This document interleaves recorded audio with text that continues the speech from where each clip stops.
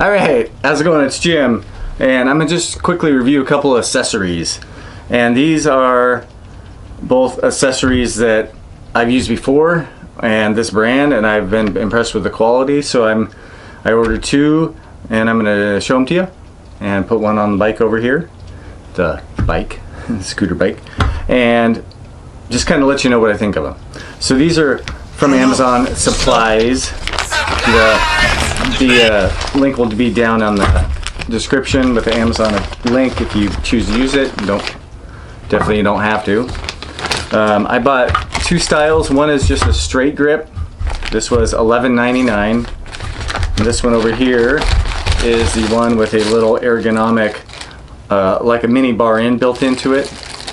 And this one is $16.99. I used one of these ones with a little mini bar end before, and I like those ones because, especially for retrofitting an electric scooter, it gives you another hand position that you don't have on bikes. So I probably wouldn't necessarily put the bar in one on the sit-down scooter because it's pretty easy to kind of just naturally change your hands. But when you're really needing to be holding on more like you are on a scooter, I do like this style. So let me pop them open here. And these will be also on my website with a little review on them. And it's an affiliate link. I don't stock these because then you get cheaper. It's cheaper for you if you just order them than buying something I have. So a slightly different style between the two. This one had locking in plugs, and I might have to check. I'll check on the price. Because this one had locking in plugs, I'm thinking it actually going to be the $16.99 one. But anyway, I'll put the prices right here on some text, so you know which one's which. Anyway, they usually come with some. These are both locking grips, which I very much prefer.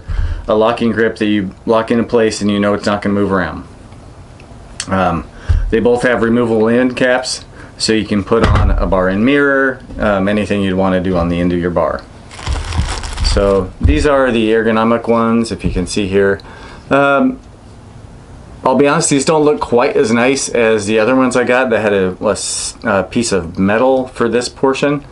But they do feel pretty tacky. They don't, it doesn't, and you don't get, a lot of times with these rubberish grips that you get on Amazon, you can know if they're cheap because you get a really, almost like a gasoline smell from them.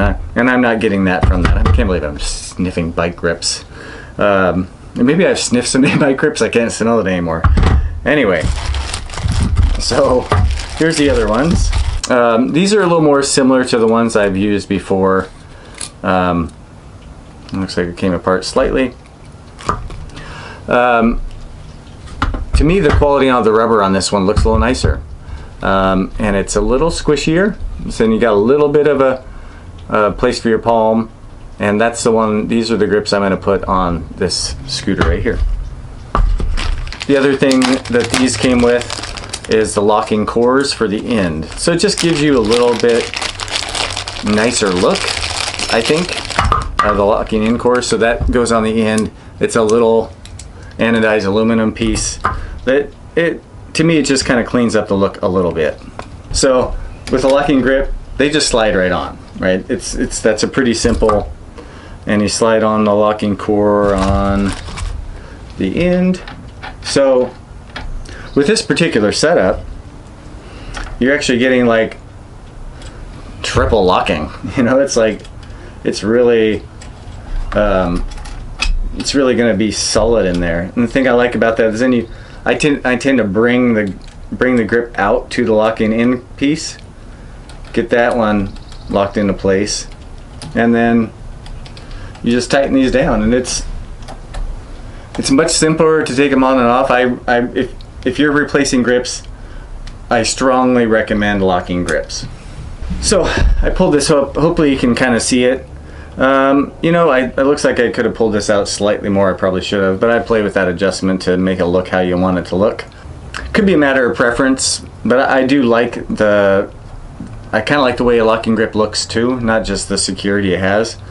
I'm going to go ahead and put this one on here in that same spot just so you can kind of see what it looks like. So anyway, you can see how this one would fit on there.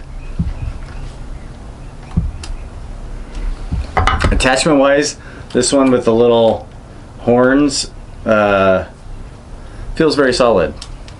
You could, I don't know, you can buy these cores separately, and you could actually just use one with this grip if you preferred that. But it comes with just these little plug on the end of your bar, and sometimes with these ones it doesn't look as clean if you don't. You gotta almost sometimes put the plug in first and kind of pull, or there's a little bit of rubber on the end to pop around it, so it looks slightly cleaner than this does. But they're both, you know, smell my hand about the grip.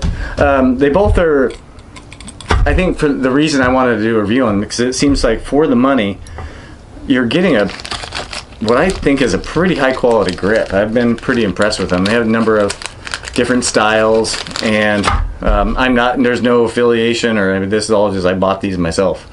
But anyway, hope this helps you decide on some accessories out there, especially if you're looking to upgrade your just slip-on grips. There's some tricks with slip-on grips I might show down the road, that if you really like a slip-on grip, you can get it to stay in place really well. It just takes a little more doing.